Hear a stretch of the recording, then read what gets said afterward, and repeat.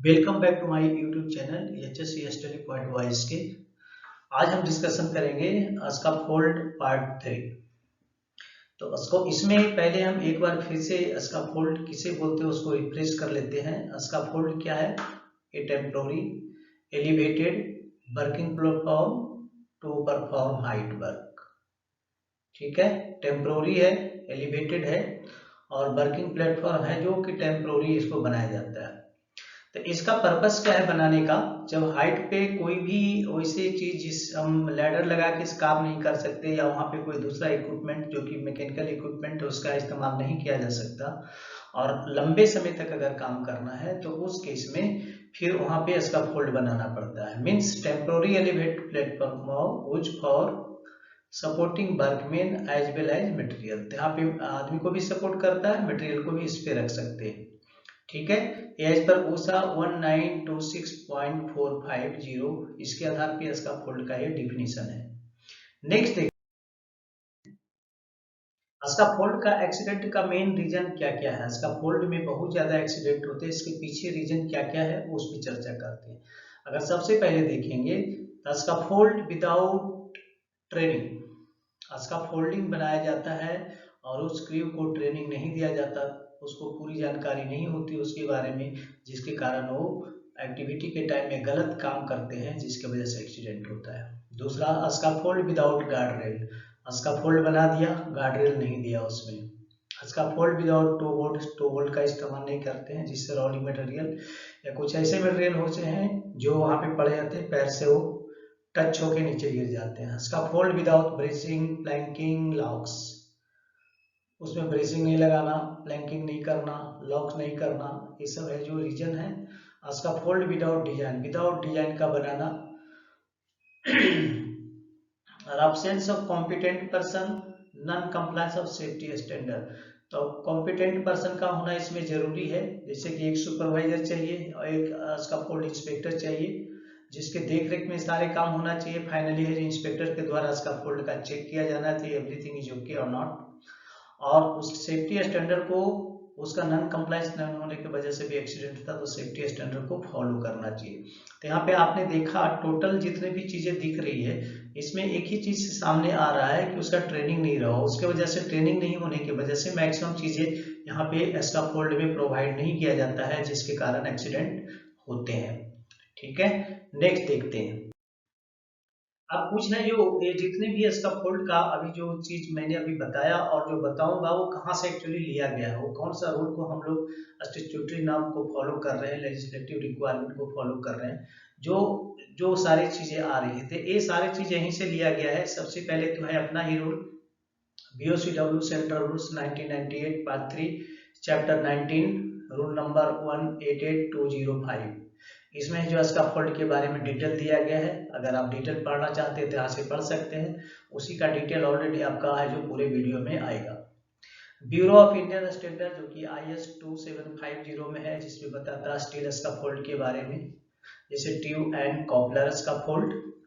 IS 3696 safety code of scaffold and ladder, ये part 1 scaffold इसके में भी आएगा। और इसी में है जो स्कैफोल्ड एंड लैडर के बारे में भी आता है, code of safety part 2 ladder. IS 4014 part 1 code of practice for steel tubular scaffolding part 1 and definitions and materials. IS 4014 part 2 code of practice of steel tubular scaffolding part 2 and safety regulation for scaffolding. तो ये चार जितने भी norms है इसमें है जो scaffold के बारे में सारे डिटेल दिए हैं, ये जो कि ब्यूरो ऑफ इंडियन स्टैंडर्ड का ये सारे हैं और ऊपर का BOCW। अब इंटरनेशनल स्टैंडर्ड पे बात करते हैं, उसमें हम कहाँ से रेफरेंस लेते हैं। इंटरनेशनल स्टैंडर्ड में जाएंगे तो BSEN का मतलब हुआ ब्रिटिश स्टैंडर्ड यूरोपियन नॉर्म्स, इसमें 12810 एंड BSEN 12811। इसमें क्या बताता है, technical guidance on the issue of BS इतना and other European and British standard.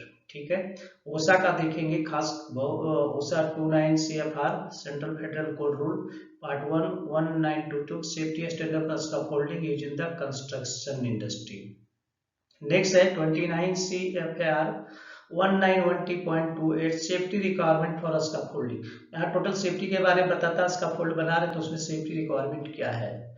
फिर नेक्स्ट है 29 CFR 191.0.2 manually propel mobile ladder standards and scaffold. इसमें मोबाइल लैडर के बारे में बताएंगे जिसमें कि कास्टर व्हील लगे हुए होते हैं। Next 29 CFR 192.6.4 general requirement for scaffold. Scaffold बनाने के लिए जनरल रिक्वायरमेंट क्या है उसमें डिटेल है। अब यहाँ पे ANSI American national standard institute, जिसका दूसरा भी इसको हम लोग ASSE बोल के American society of safety engineer, इसमें भी कुछ उसके बारे में बताया गया है।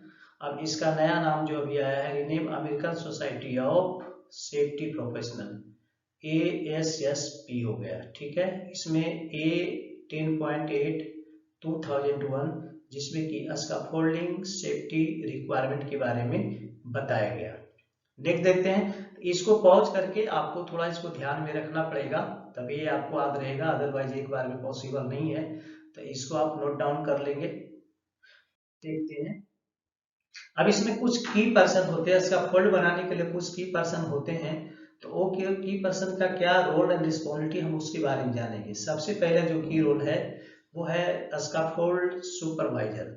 स्कैफोल्ड सुपरवाइजर का क्या रोल होता है during scaffold erection and scaffold dismantling के टाइम में। तो स्कैफोल्ड सुपरवाइजर क्या होता है, एक्चुअली क्या होता है, स्कैफोल्डिंग टीम का वो इंचार्ज होता है। ठीक है, और उसकी रिस्पॉन्सिबिलिटी क्या होती है, erection and dismantling of scaffold safely. Scaffold का इरेक्शन और डिसमेंटल सेफ नहीं होने चाहिए विथ करेक्ट मेथड, जो मेथड बताया गया है जो आपके प्रोसीजर में है और जो इसका सही मेथड है उसको फॉलो करना। तो इसको फॉलो करवाना किसका काम है, स्कैफोल्ड सुपरवाइजर। इसके कुछ और भी रोल होते हैं रिगार्डिंग टू स्कैफोल्ड, जो कि देख लेते हैं। Preparation of scaffold. अब स्कैफोल्ड बनाने के लिए प्रिपरेशन तो करेगा ही, तो प्रिपरेशन करने में क्या क्या देखेगा, he will care for wait limit, कितना वेट आएगा स्कैफोल्ड का, स्कैफोल्ड किस टाइप का है, फॉल प्रोटेक्शन मेजर लेना किस तरह से है, एंड टाई ऑफ किस तरह से करेंगे। ठीक है, तो ये है जो प्रिपरेशन हुआ स्कैफोल्ड का, एक काम है स्कैफोल्ड सुपरवाइजर का। नेक्स्ट है he will ensure erection dismantling and alteration of the scaffold as per procedure. Erection करना स्कैफोल्ड का, या फिर काम हो गया तो डिसमेंटल करना, या अल्टरनेशन करना, मतलब बीच में ही अगर कोई चेंजिंग करना है तो अगर वो चेंज कर रहा है या एक्सटेंड कर रहा है तो उस केस में स्कैफोल्ड को क्या करेगा, एज पर प्रोसीजर बनाएगा और एज पर प्रोसीजर इरेक्शन करेगा, डिसमेंटलिंग करेगा, अल्टरनेशन करेगा। नेक्स्ट क्या है, conduction of tool box talk with the crew member. तो क्रू मेंबर के साथ उसका इंडक्शन क्या कंडक्शन होना चाहिए टूल बॉक्स टॉक का। टूल बॉक्स टॉक जो कि मॉर्निंग मीटिंग में बताते हैं क्या करने वाले हैं, कैसे करने वाले हैं, उसमें हजार्ड क्या है, इसका सेफ्टी मेजर क्या है। Next daily inspection and documentation of the scaffolding. Scaffold का इंस्पेक्शन करना है डेली और उसका डॉक्यूमेंटेशन करना, एक चेकलिस्ट होता है, चेकलिस्ट के थ्रू उसको चेक करना है, टिक मारने हैं और उसके बाद उसको रिकॉर्ड में रखना है। Inspection of scaffold if any alteration is done. कोई भी अगर चेंज किया गया स्कैफोल्ड, सपोज कि स्कैफोल्ड को एक्सटेंड किया गया है या स्कैफोल्ड को डाउन किया गया है तो उस केस में उसका इंस्पेक्शन करेगा और उसका रिकॉर्ड रखेगा। Estimation the quantity of scaffold material. तो एस्टिमेशन स्कैफोल्ड मटेरियल कितने लगने वाले हैं तो उसका एस्टिमेशन करना भी उसका काम है, तभी वो उतना अरेंज करवा पाएगा, क्रू को ऑर्डर करेगा इतना लेके आना है। And he will ensure training of crew member who will engage.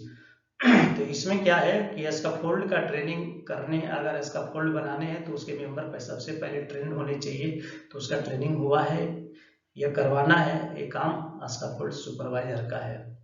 To contact HSE department for assistant if any concern related to safety. Safety से कोई रिलेटेड आ रहा है, प्रॉब्लम आ रहा है तो इसका काम है कि सेफ्टी डिपार्टमेंट से कॉन्टेक्ट करें। नेक्स्ट देखते हैं।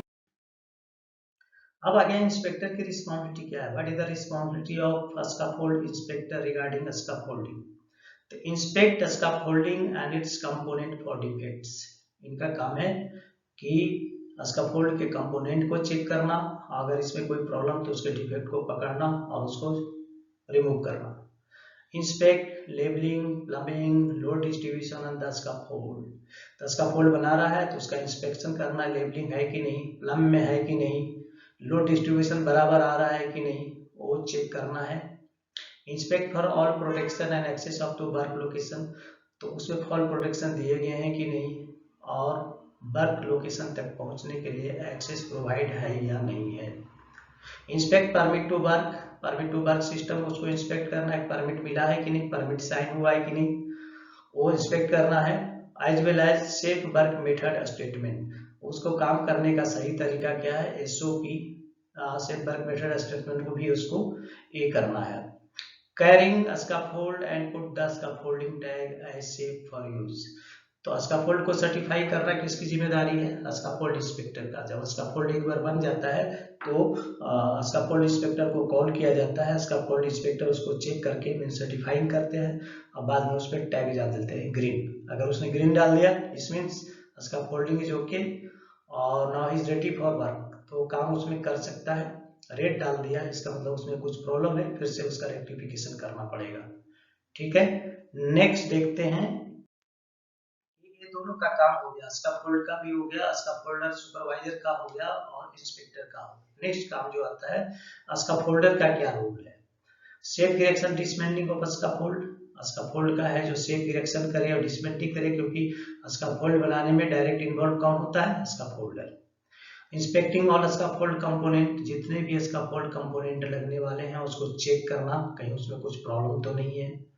While erecting dismantling of scaffold, ensure all protection measures are taken, protection measure लिया गया है कि नहीं during erection and dismantling. Notify scaffold supervisor inspector for any modification and dismantling, कोई मॉडिफिकेशन अगर करना है या डिसमेंटलिंग करना है तो उस केस में सुपरवाइजर को एज वेल इंस्पेक्टर को बताना जरूरी है। Request for inspection from scaffolding supervisor and inspector, scaffold अगर रेडी हो गया तो रिक्वेस्ट करना है चेकिंग के लिए, सुपरवाइजर चेक कर लेगा और फाइनली है जो इंस्पेक्टर को द्वारा साइन किया जाएगा चेक करने के बाद। Coordinating with scaffold supervisor for scaffolding safety, अगर सेफ्टी का कोई इशू आ रहा है तो now we have to contact with supervisor ताकि वह जो प्रॉब्लम को सॉर्ट आउट करे। Examine the scaffold before work, काम करने के पहले स्कैफोल्ड को चेक करना है और चेक करने के बाद फिर किसको रिक्वेस्ट करना है, इंस्पेक्टर को चेक करने के लिए। Verify the tag in the scaffold, काम करने जा रहे हैं तो सबसे पहले चेक करना उसको कि स्कैफोल्ड में टैग है या नहीं है, टैग है तभी काम करना और वो ग्रीन टैग होनी चाहिए। Utilise all fall protection measure, fall protection measure जितने भी दिए गए हैं उसका यूटिलाइज करना है, बराबर यूज करना है।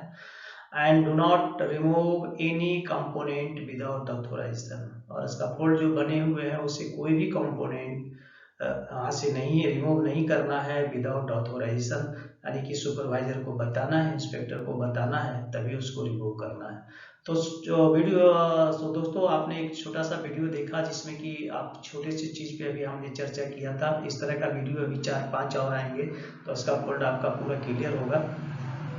सो ओके, जाते जाते मैं उन लोगों से रिक्वेस्ट करना चाहूँगा जो हमारे चैनल पे नए हैं, प्लीज़ चैनल को सब्सक्राइब कर लेना, बेल आइकन को भी प्रेस कर लेना आप और अपने दोस्तों में ज़रूर शेयर करना ताकि उनको भी इसका नोटिफिकेशन मिले और उनको भी ये नॉलेज मिले। Okay, thank you.